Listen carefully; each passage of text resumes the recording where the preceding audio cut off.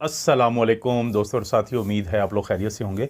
आज की ये वीडियो बहुत अहम है, ख़ास तौर पे उन लोगों के बारे में जो दिल की जो सेहत है और ब्लड प्रेशर के जो मामलात हैं और खून की जो नालियाँ होती हैं हमारे पूरे जिस्म में, उनके ऊपर थोड़ा सा वो वीडियोस देखते रहते हैं। कुछ मालूमात चाहते हैं, कुछ ऐसे घरेलू टोटके चाहते हैं कि जो उनको फ़ायदा देते हैं। और ज़ाहिर है कि मेरा क्योंकि एक ऐसा फ़ील्ड है कि मैं इन चीज़ों को इंतहाई ज़िम्मेदारी से इंतखाब करता हूँ आप लोगों के लिए, क्योंकि कोई ऐसा शख्स जो 10 साल मुसलसल आईसीयू में काम किया हो, जहाँ पे इस तरह के मामलात बहुत ज़्यादा देखे हों, तो वो कम ही कोशिश करेगा कोई ऐसी बेवकूफ़ी करने की कि जिसमें लोगों को गुमराह करे।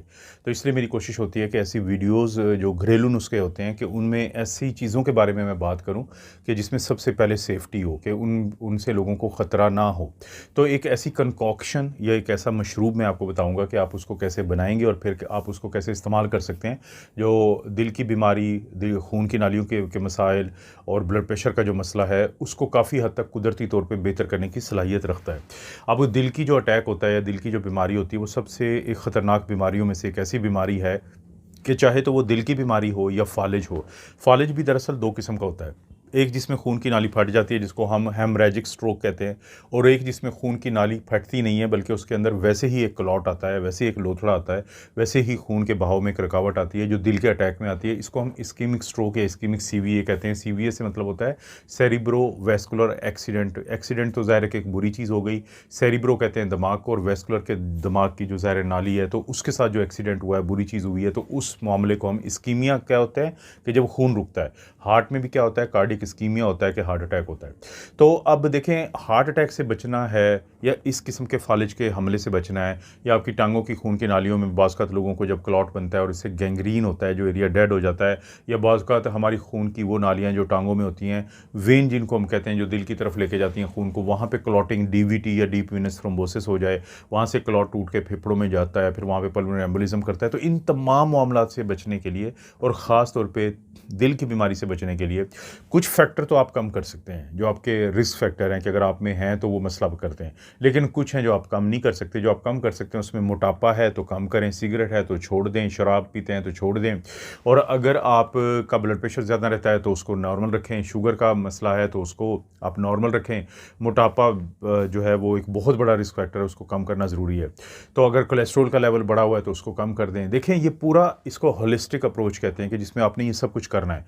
क्या आपके हाथ में नहीं है, आप अपना ख़ानदान तब्दील नहीं कर सकते, अपना जेंडर तब्दील नहीं कर सकते, यानी कि अपना जो क्या आप में मर्द हैं या औरत हैं, और अपनी बढ़ती हुई उम्र को तब्दील नहीं कर सकते। तो इसलिए जो कर सकते हैं तो वो तो ज़रूर करें।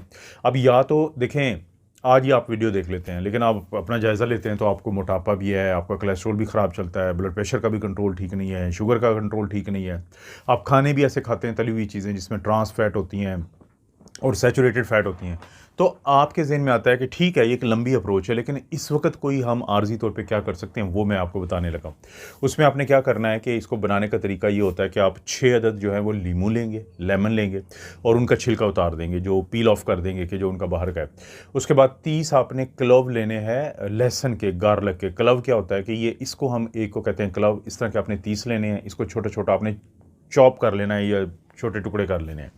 इन दोनों को, यानी 6 लीमू जिसके आपने छिलके उतार लिए और 30 ये जो गार्लिक है, लहसुन है, इनको आपने डालना है ब्लेंडर में। उसमें थोड़ा सा पानी भी डाल लें, और जायका देने के लिए हल्का सा आप हनी डाल सकते हैं, स्टीविया डाल सकते हैं मिठास देने के लिए, और इसको ब्लेंड कर दें। जब ये ब्लेंड हो जाए तो उसके बाद एक बर्तन लें, उस बर्तन में ये भी डालें, और इसके साथ साथ आपने क्या करना है कि 1 गैलन जो होता है वो पानी डालना है। उसको चूल्हे पे रखें इस सब चीज़ को, और इसको आपने सिमर, एक लफ्ज़ होता है अंग्रेज़ी का, सिमर का मतलब होता है कि हल्की आंच पे, आपने बॉयल नहीं होने देना। ये बड़ा ज़रूरी है कि यानी इसको बॉयलिंग से पहले का जो एक मरहला होता है जिसमें ये गर्म हो रहा होता है, तो उसको 7 मिनट के करीब इसको ये सिमर करना है, 7 मिनट हल्की आंच पे रखना है, और 7 मिनट के बाद आपने इसको उतार लेना है और 1 घंटा पड़ा रहने दें, जिससे ये क्या होगा, ये कूल डाउन कर जाएगा ये, यानी कि इस गर्म था, ज़ाहिर है कि वो ठंडा हो जाएगा। उसके बाद आपके पास 2 ऑप्शन है, या तो किसी बड़े बर्तन में आप रेफ्रिजरेटर में इसको रख दें, या फिर छोटे छोटे बर्तन में, लेकिन शर्त यह है कि वो प्लास्टिक के बर्तन ना हो, ना बड़ा ना छोटा।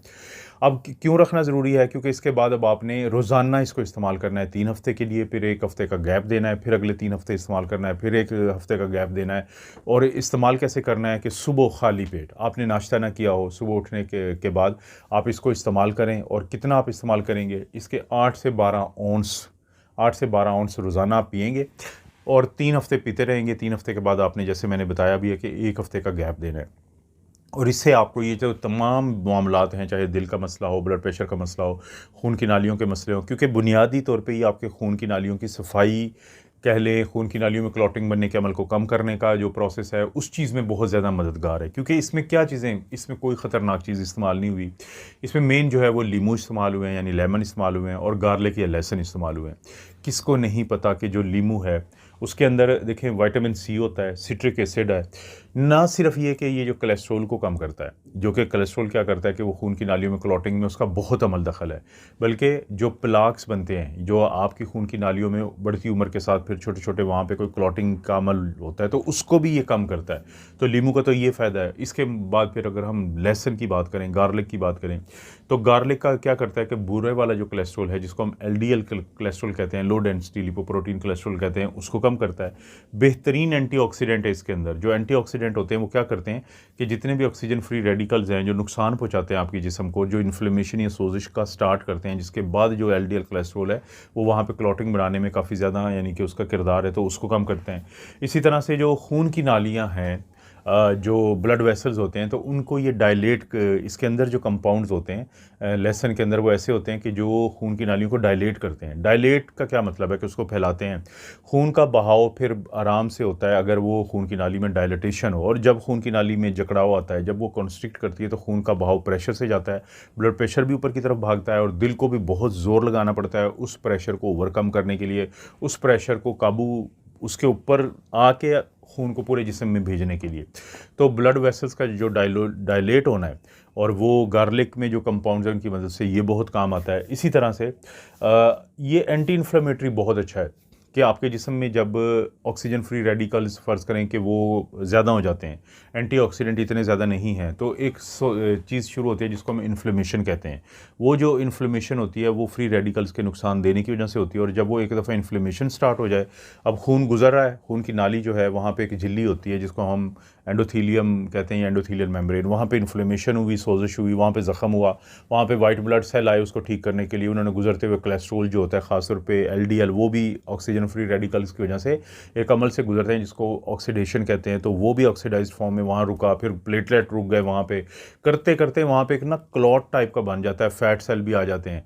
अब वो जो क्लॉट बनता है, थ्रोमा बनता है, वो बाद में फिर जब बर्स्ट करता है तो उससे अचानक ही लोगों को दिल के अटैक हो जाते हैं, इस्कीमिक ब्रेन के अटैक हो जाते हैं, या खून की नालियाँ जो पाँव में होते हैं उनके अटैक हो जाते हैं। तो इन्फ्लेमेशन जो है, या उसको कम करने में, या अगर वहाँ पे इन्फ्लेमेशन शुरू हो गई तो हीलिंग प्रॉपर्टीज़ होती हैं गार्लिक के अंदर जो कंपाउंड्स होते हैं, तो उनकी, तो आपने देखा कि लेमन और गार्लिक जो मेन इसमें इस्तेमाल हुए हैं, तो वो नेचुरल चीज़ें हैं, उनका कोई नुकसान नहीं है, तो इसलिए इसका इस्तेमाल ज़रूर करें। आपको पता है मैं इस चैनल पे इस तरह की वीडियोज़ बनाता रहता हूँ। वीडियो को लाइक करें, चैनल को सब्सक्राइब करें। कोई भी वीडियो अच्छी लगती है तो दोस्तों रिश्तेदारों से शेयर करने के लिए नीचे ऑप्शन है, उसको ज़रूर इस्तेमाल करें। आप अपना और अपनी फैमिली का ख्याल रखें। अल्लाह ताला आपको और आपकी फैमिली को हर किस्म की बुराई, बीमारी और आजमाइश से महफूज रखें।